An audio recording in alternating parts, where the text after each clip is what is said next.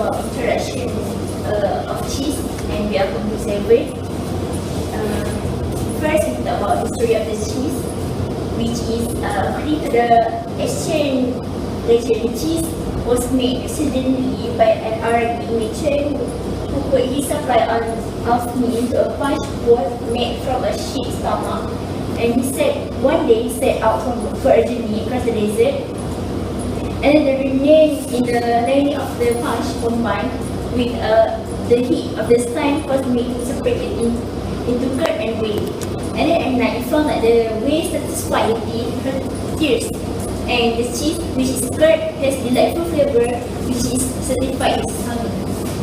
Then in ancient time, the cheese was given into many countries such as Netherlands, France, Switzerland, and other countries. Then different countries will produce different culture and give a various type of cheese. And as we know that cheese is one type of product that originates from a raw meat, such the meat that we can harvest from many animals such as cows, sheep, goat, horse, camels, and water buffalo. Then we know that cheese makers expedite the curding process with vinegar, lactic acid, and plant extracts. The example of plant extract is vegetable extract, will produce 3 types: wine, artichokes, safflower, and lemon. Then we know that cheese may contain some flavor some various ingredients to enhance flavor and colors, and yet acquired the flavor from a specific bacteria, which is the have been enucleate. The example of the bacteria that famous in cheese is Penicillium roqueforti, which is the picture of the bacteria. This bacteria will produce cheese France Roquefort, and second is cheese England Stilton. Then we know that the production of cheese will involve in accumulating the casein protein of its meat and separating the meat into a solid curd and liquid whey. And the liquid whey, drain the whey and spreading the meat into a solid curd and will be shaped and left to ripen in a controlled environment. And then we acidify the meat, which is souring the meat, to have the spreading the curds and whey and control the growth of undesirable bacteria in cheese. And then we use a special starter bacteria and add it into the meat to start the cheese making product, and this bacteria will convert the lactose to the lactic acid and will lower the pH of the meat. And the benefit of cheese that we found in pizza, burgers, which is cheese which has a high nutritional value, and it also bring a lot of health benefit to humans such as calcium, protein, phosphorus, zinc, and others. And it also had preventing some diseases such as heart disease and reduced cholesterol level. For our experiment, which is for the cheese, the objective of our experiment is first, we want to demonstrate and study the correct mechanism on cheese making. Second, we want to study the difference between laboratory scale and industry scale cheese production. Third, we want to study what the biochemical substance bacteria involved in cheese making process. And the aim of our experiment is we want to know about preparation of the cheese and study the mechanism of how cheese is made.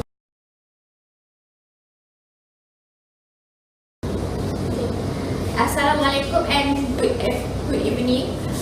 For this methodology, we go through the methodology, and the first thing we must to have is the apparatus, which is stove, pot, cheese cloth, beaker, measuring cylinder, thermometer, spoon, and water stick. For the next, which is the others, the important thing in this process is must to have milk. Okay, for the other thing, which is lemon juice. Okay, for the first step in this methodology is we measure the 500 ml of the milk in the beaker and we pour it into the pot. And then we heat the milk to 37 degrees Celsius of temperature. After that, we pour the lemon juice in the milk. Okay. And the next step is we stir the milk evenly to make sure that lemon juice is totally distributed in the milk. Okay. After that, when we see that the lemon is totally distributed in the milk, we pour the milk into the beaker and we cover it with a clean cloth. Okay. For the next step, we incubate the milk at the room temperature for 2 days, which is 48 hours, until it forms a curd and whey, which is a 2 layer of curd and whey. Okay, for the next step, after 2 days, we come back to the lab. We saw that the beaker has a 2 layer, which is curd in the bottom and whey on top. So what we have to do is we take a cheesecloth, we make it thick and large enough to hold our curd, and then we pour it. Okay, so that the way we flow down to the cloth and the way we collect in the beaker.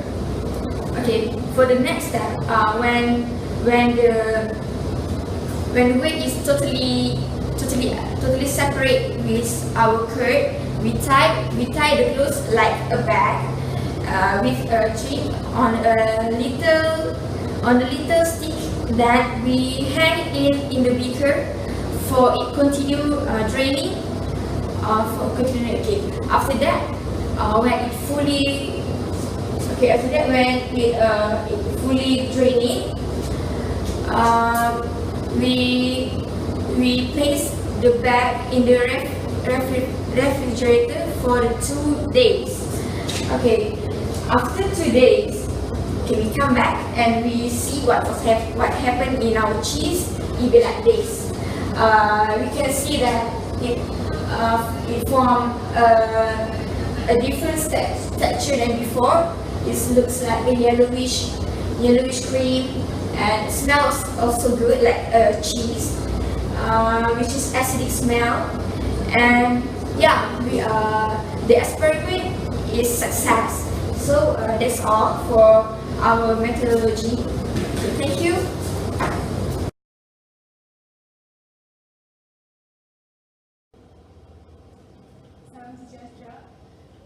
I'm Hayati, and I will continue with the observation and result of preparation of cheese. Okay, as you can see here, we have been observed for 3 days. And the first day for the observation of the color. The first day, the color of the cheese making is pale white cream with a little yellow, and there is no aroma.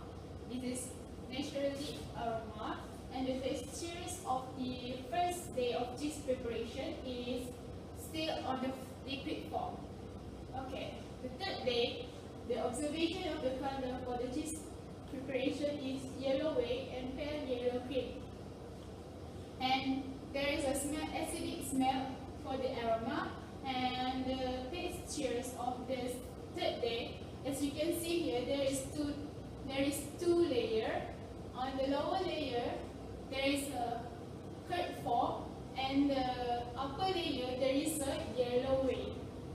For the fifth day, as you can see here, the color of the cheese preparation is yellowish cream, and the aroma, there is an acidic smell, and the textures of the cheese is soft with a little bit sticky and sour taste.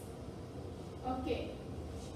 During the last day of the experiment, which is the 5th day, there is a sensory evaluation that we have been made, and the cheese has been acidic smell when we open the bag, and there when we have taste of the cheese, there is a sour taste come from the lemon juice, and the fermentation process by the lab.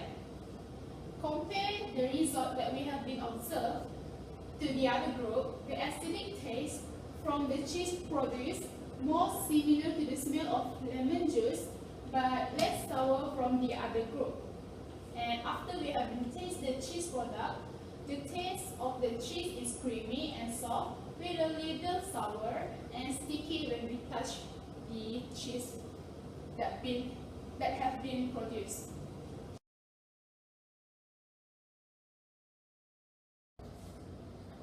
Oke, selamat siang.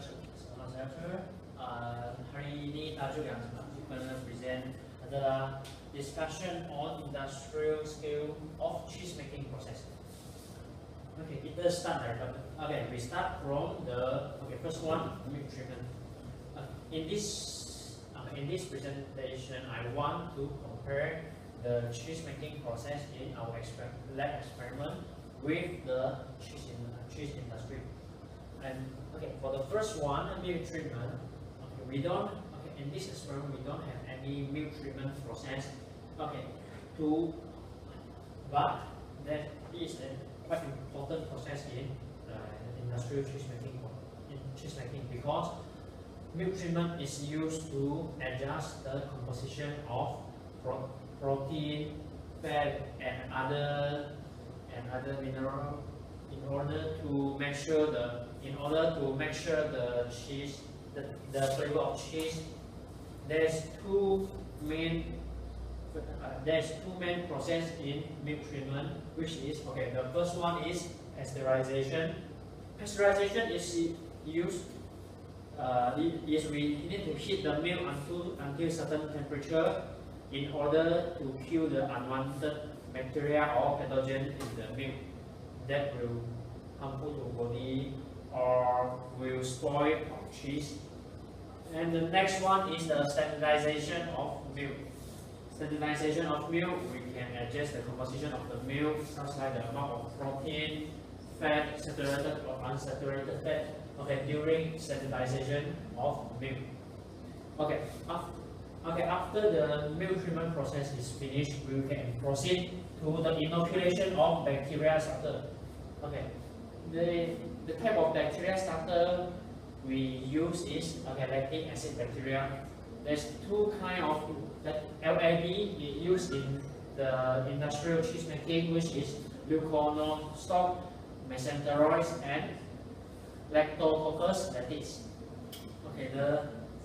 The use of those bacterium, they will use enzyme to produce energy from the lactose present in the milk, and their byproduct is lactic acid. This is the inoculation of bacteria starter. In our experiment, we didn't use any bacteria starter.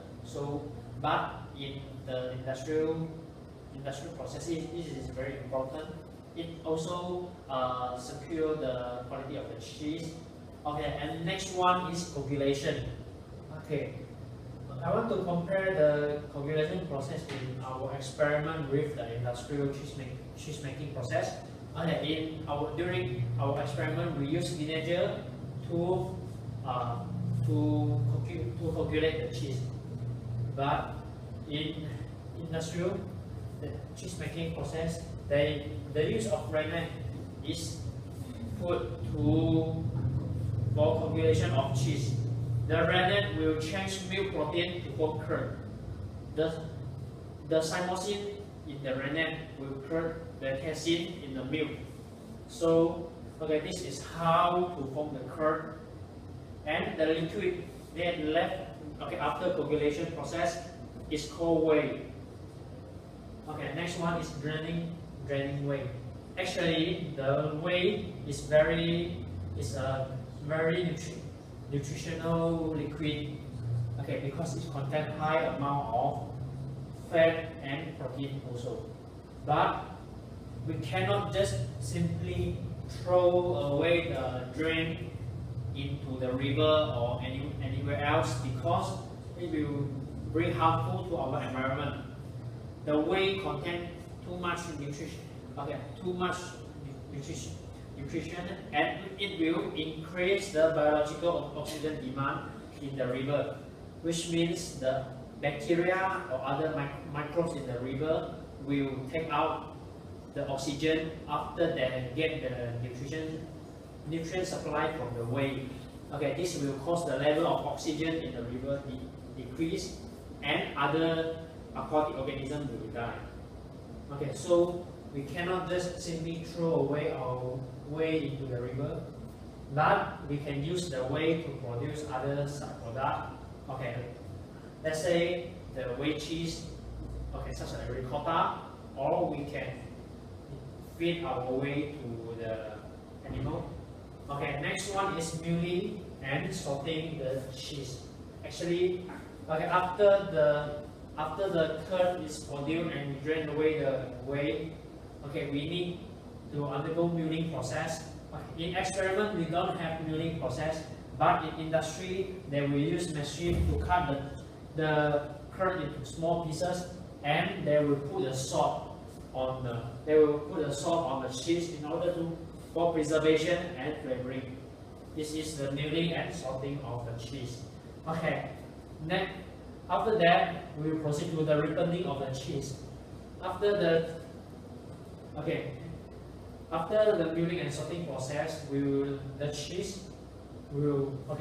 press the cheese, and the cheese is ready for store and ripening. The ripening of the time for ripening the cheese depends on what kind of cheese you want to produce. The time may be a few months or even a year. Okay, but that's for sure, the more the time used for ripening of the cheese, the more complex the taste will produce by the cheese. Okay, after ripening of the cheese, okay, we can proceed to other productive operations such as packaging, storing, and delivery. Okay, this diagram show a general process of cheese making. At first, like I say, we undergo pasteurization and standardization of milk. This is the milk treatment part. After that, we will undergo inoculation of bacteria starter and the input of rennet into the milk for coagulation. Then we will cut and stir the curd until the curd and whey is separate. Then we drain out the whey, and the curd will undergo milling and sorting process. After that, the cheese is pouring into the mold. Then it will be pressure to make sure the additional whey is pressed out and drained away. Make sure the cheese is dry. Then the cheese is ready for ripening. The time of ripening depends on what kind of cheese you want to produce. After ripening the cheese is ready to be consumed, delivered, or stored.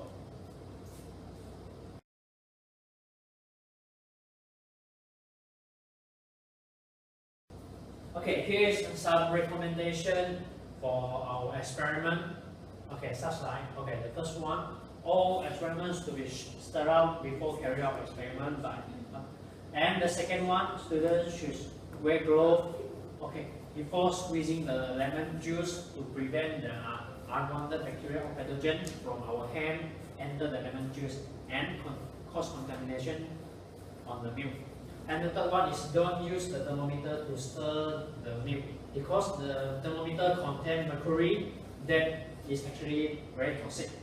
If the mercury is break, the toxic will flow into the milk and it will bring harm to our body. Thank you. Assalamualaikum warahmatullahi wabarakatuh. Hello and good evening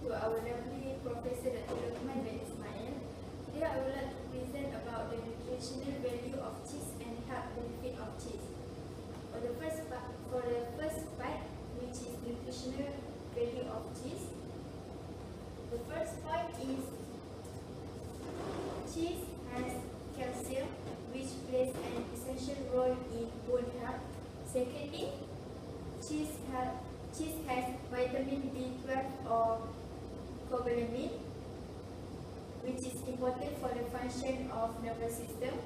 Thirdly, cheese has vitamin B6, which can stimulate the coenzymatic activities, protecting the immune system and having positive effect to the metabolism, premenstrual syndrome and hormone control. Fourthly, cheese has iron, which can provide life-giving oxygen to organ system through its role in red blood cell production, and about 2/3 of the body's iron is found in hemoglobin. And lastly, cheese has vitamin B, which is an aid to the absorption and distribution of calcium. Moving to the second part, which is health benefit of cheese. The first one, for our dental care, cheese has a very high content of calcium, which is the first thing you need for the strong teeth. Cheese also has very low in lactose content, which is good because high content of lactose can harm the teeth. Secondly, cheese can prevent from osteoporosis. Osteoporosis is mainly a deficiency disease which is caused by the deficiency of calcium and resulting to the deficiency of bone mineral density. Osteoporosis can be treated with protein, calcium and vitamin-rich diet. These three elements are abundant found in cheese. And of course, cheese can be an ideal part of the diet for those who are suffering from osteoporosis. Thirdly, for our bone health, cheese is rich with vitamin D, which is good for children and women, particularly when lactating or pregnant and elderly people, for the formation and strengthening of bone and cartilage. And lastly, cheese can help for those who want to gain weight. Cheese is full of proteins, fats, calcium, and minerals.